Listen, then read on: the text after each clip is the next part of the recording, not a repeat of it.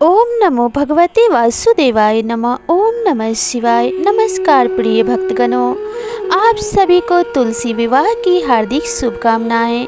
तुलसी विवाह की पौराणिक कथा के अनुसार एक बार शिव ने अपने तेज को समुद्र में फेंक दिया था।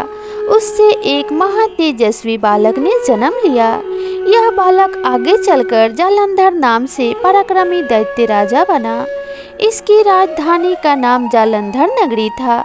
दैत्यराज कालनेमी की कन्या वृंदा का विवाह जालंधर से हुआ। जालंधर महाराक्षस था। अपनी सत्ता के मद में चूर उसने माता लक्ष्मी को पाने की कामना से युद्ध किया, परंतु समुद्र से ही उत्पन्न होने के कारण माता लक्ष्मी ने उसे अपने भाई के रूप में स्वीकार किया। वहां से पराजित होकर वह देवी पार्वती को पाने की लालसा से कैलाश पर्वत पर गया। भगवान देवादिदेव शिव का ही रूप धरकर माता पार्वती के समीप गया, परंतु माता पार्वती ने अपने योग बल से उसे तुरंत पहचान लिया तथा वहां से अंतर्ध्यान हो गई। देवी पार्वती ने क्रोधित होकर सारा वृतांत भगवान विष्णु को सुनाया। जालंधर की पत्नी वृंदा अत्यंत पतिव्रता स्त्री थी।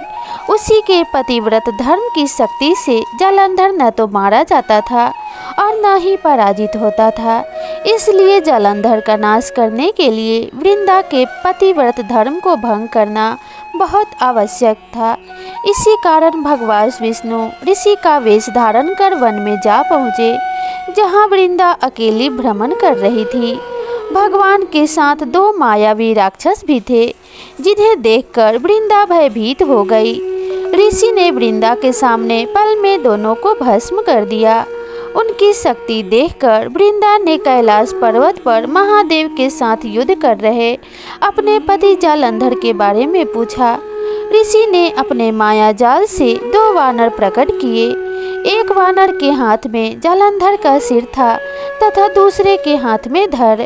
अपने पति की यह दशा देखकर वृंदा मूर्छित होकर गिर पड़ी। होश में आने पर उन्होंने ऋषि रूपी भगवान से विनती की कि वह उसके पति को जीवित करे। भगवान ने अपनी माया से पुनः जालंधर का सिर धड़ से जोड़ दिया, परंतु स्वयं भी उसी के शरीर में प्रवेश कर गए। वृंदा को इस छल का तनिक भी आभास न हुआ। जालंधर बने भगवान के साथ वृंदा पतिव्रता का व्यवहार करने लगी, जिससे उसका सतीत्व भंग हो गया। ऐसा होते ही वृंदा का पति जालंधर युद्ध में हार गया। इसी सारी लीला का जब वृंदा को पता चला तो उसने क्रोधित होकर भगवान विष्णु को हृदयहीन शिला होने का श्राप दे दिया। अपने भक्त के श्राप को भगवान विष्णु ने स्वीकार किया और शालिग्राम पत्थर बन गए। सृष्टि के पालनकर्ता के पत्थर बन जाने से ब्रह्मांड में असंतुलन की स्थिति हो गई। यह देखकर सभी देवी देवताओं ने वृंदा से प्रार्थना की कि वह भगवान विष्णु को श्राप मुक्त कर दे। वृंदा ने भगवान विष्णु को श्राप मुक्त कर स्वयं आत्मदाह कर लिया। जहाँ वृंदा भस्म हुई वहाँ तुलसी का पौधा उगा।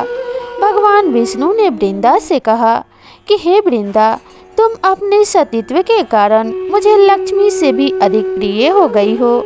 अब तुम तुलसी के रूप में सदा मेरे साथ रहोगी। तब से हर साल कार्तिक महीने के देव उठावनी एकादशी के दिन तुलसी विवाह के रूप में मनाया जाता है। जो मनुष्य भी मेरे शालिग्राम रूप के साथ तुलसी का विवाह करेगा, उसे इस लोक और परलोक में विपुल यश प्राप्त होगा। उसी दैत्य जालंधर की यह भूमि जालंधर नाम से विख्यात है। सती वृंदा का मंदिर मोहला कोट किशनचंद में स्थित है। कहते हैं कि इस स्थान पर एक प्राचीन गुफा भी है, जो सीधी हरिद्वार तक जाती थी। सच्चे मन से 40 दिन तक सती वृंदा के देवी के मंदिर में पूजा करने से सभी मनोरथ सिद्ध होते हैं। जिस घर में तुलसी होती है, वहाँ यम के दूत भी असमय नहीं जा सकते।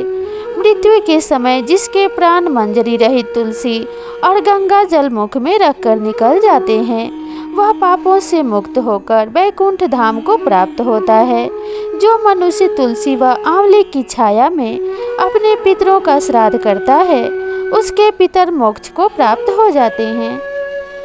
देव उठान एकादशी के दिन जो भी मनुष्य तुलसी विवाह करता है और भगवान शालिग्राम और माता तुलसी का विधि विधान से पूजा करता है, उसके घर से सभी दुख कलेश दूर हो जाते हैं और उसके घर में सदा सदा के लिए माता लक्ष्मी और भगवान विष्णु का वास होता है। इसलिए तुलसी विवाह के दिन विधि विधान से माता तुलसी का विवाह भगवान शालिग्राम के साथ अवश्य करना चाहिए। तुलसी विवाह करने से सुख और सौभाग्य की वृद्धि होती है और माता तुलसी सभी का कल्याण करती हैं। यह तुलसी विवाह आप सभी के लिए मंगलकारी हो, इसी कामना के साथ आपसे विदा लेते हैं। मिलते हैं अगले वीडियो में, तब तक के लिए राधे राधे।